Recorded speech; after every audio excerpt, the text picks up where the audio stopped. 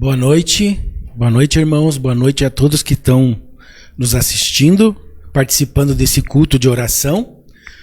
Meu nome é Volney, eu sou diácono aqui da igreja, então é um prazer poder estar aqui com vocês compartilhando a palavra de Deus. Estamos vivendo um momento diferente para todos nós, mas um momento que a gente pode sempre estar perto de Deus, que esse é o nosso objetivo, tá? Então eu gostaria de que você abrisse a sua Bíblia, se você pode, ou no seu celular, você pode acompanhar o texto que é Provérbios 4, versículos 25 a 27. Provérbios 4, 25 a 27. Diz assim a palavra de Deus: os teus olhos olhem direito, e as tuas pálpebras diretamente diante de ti. Pondera a vereda de teus pés, e todos os teus caminhos sejam retos. Não declines nem para a direita, nem para a esquerda. Retira o teu pé do mal. Eu gostaria de refletir um pouquinho com vocês sobre esse trecho aqui da palavra de Deus, e até coloquei um título aqui para esse estudo, seria Qual caminho seguir? Qual caminho seguir? Porque aqui em Provérbios ele está falando que a gente tem que olhar direito, que as nossas pálpebras têm que estar bem fixas, né? Olhando diretamente. E ele fala ali, pondera a vereda de teus pés, e todos os teus caminhos sejam retos. Só para a gente ilustrar isso de uma melhor forma, quando você vai escolher um caminho a seguir, por exemplo, se você vai de Curitiba a Porto Alegre, existem dois caminhos para você ir até lá. Ou você vai pela BR-116, ou você vai pela 376, né? Tanto uma estrada como a outra vão te levar até Porto Alegre. Mas, quando você escolhe, só tem um caminho a seguir, e você escolhe um caminho errado, vai te levar num destino também errado, não do destino que você quer. E quando nós falamos de coisas espirituais, escolhas das nossas vidas, também nós podemos escolher caminhos diferentes. Por exemplo, vou dar alguns exemplos aqui para você. Podemos seguir o caminho que julgamos melhor, negar a existência de Deus. Esse pode ser um caminho. Podemos seguir o caminho da filosofia humana. Pensamentos, filosofias, estilos de vida que o homem traça, que julga melhor. Ou também podemos seguir o caminho de uma religião, seja ela qual for. Mas o importante é a gente seguir o caminho que Deus traçou para nós. Tá? Não o caminho da religião, não o caminho da filosofia, não o caminho de negar a existência de Deus, mas o caminho que Deus traçou para nós. Quando você pensa sobre a morte, no que você acredita? Você acredita que existe vida depois da morte? Ou você acredita que tudo acaba aqui? Então, precisamos encontrar essas respostas no caminho de Deus, naquilo que Deus revelou para nós. Então, uma coisa que eu gostaria de desafiar você hoje é seguir o caminho traçado por Deus. Tá? Esse é o desafio. E aqui eu gostaria de abordar com vocês alguns aspectos. Primeiro, a tendência natural nossa, de todo ser humano, é seguir o seu próprio caminho, baseado naquilo que acredita. Como eu falei aí, de repente pode ser uma filosofia, de um estilo de vida. O problema é que esse caminho que nós traçamos naturalmente, sem Deus, ele é um caminho muito perigoso, né? Romanos 3,12 fala que todos se desviaram. Ou seja, se desviaram do quê? Do caminho de Deus, da vontade de Deus. Provérbios 14:12 diz que há caminhos ao homem que parecem direito, mas ao final levam em caminhos de morte. Está vendo como a palavra de Deus é bem clara? Isaías 66:3 diz que aos que escolhem seguir os seus próprios caminhos, que tem prazer em seus pecados detestáveis, não aceitarei suas ofertas. Então, o caminho que nós traçamos, a nossa tendência natural como ser humano é sempre se desviar do caminho de Deus. Seguir o nosso próprio caminho, o nosso próprio estilo de vida. Aquilo que julgamos certo ou aquilo que acreditamos. Agora, uma outra coisa que eu gostaria de falar com você aqui é que nós precisamos entender que os caminhos de Deus são diferentes dos nossos caminhos. Então, nós temos o nosso caminho natural que nós traçamos, mas o caminho de Deus ele é diferente do nosso. Isaías 55, 8 e 9 diz que os caminhos de Deus são mais altos dos que os nossos caminhos. E ele fala ainda mais, ele diz que os pensamentos de Deus são mais altos do que os nossos pensamentos. Ou seja, todo o caminho que nós traçamos sem Deus, ele é totalmente diferente do caminho que Deus traçou para nós. Vamos dar um exemplo aqui. De repente, você vai quer chegar a um lugar, e esse caminho que você traçou é um caminho que você nem imagina, mas está pegando uma estrada cheia de buraco, cheia de pedregulho, de repente é um lugar onde choveu e tem atoleiros, né? Você vai ficar com o seu carro atolado. Por quê? Porque é um caminho que você escolheu. Agora, o caminho que Deus escolhe para nós é um caminho plano, é um caminho onde você não vai atolar, aonde você não vai ficar preso. Você vai ter liberdade para seguir e chegar no seu destino. Então, eu gostaria de fazer uma pergunta para você agora. E para mim mesmo, tá? Que caminho que eu estou seguindo? Esse caminho que eu estou andando me levará para mais perto de Deus e a vontade dele para a minha vida? Resultará em paz, alegria, aquisição de valores, vitória? Você quer estar na eternidade com Deus? Uma outra pergunta. Se sim, eu tenho uma boa notícia para você, uma excelente notícia. Deus, ele já traçou o mapa para você chegar, o GPS para você chegar no seu destino. Você sabia que Deus ele colocou um mapa para a sua vida e para a minha vida? Sabe como é que se chama esse mapa? Esse mapa se chama a Bíblia Sagrada, ou a Escritura Sagrada.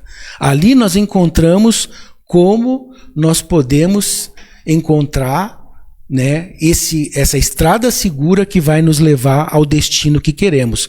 Como eu falei, todos nós queremos paz, todos nós queremos alegria, todos nós queremos morar com Deus na eternidade. Mas para isso, né, nós precisamos escolher o caminho certo. Tá? A palavra de Deus, ela nos mostra quem Deus é, qual a sua vontade, quais são os seus mandamentos e qual é a vontade dele para as nossas vidas. Você sabia que a palavra de Deus, ela fala quem você é também? Quem eu sou? A Bíblia fala claramente quem nós somos aos olhos de Deus. Por exemplo, Hebreus 4:12 diz que a palavra de Deus é como uma espada de 2 gumes e ela é apta para discernir os pensamentos e propósitos do coração. Então, muitas vezes as pessoas até evitam de ler a Bíblia porque têm medo de ler, porque a Bíblia vai refletir realmente em qual caminho que você está andando, em qual caminho que eu estou andando. Então, precisamos ler a palavra de Deus, precisamos estudar a palavra de Deus para ter esse rumo na nossa vida. Porque senão nós vamos traçar o nosso próprio caminho. E o nosso caminho, como nós vimos, é diferente do caminho de Deus. Outra coisa que é importante você entender também, que só existe um caminho que leva a Deus.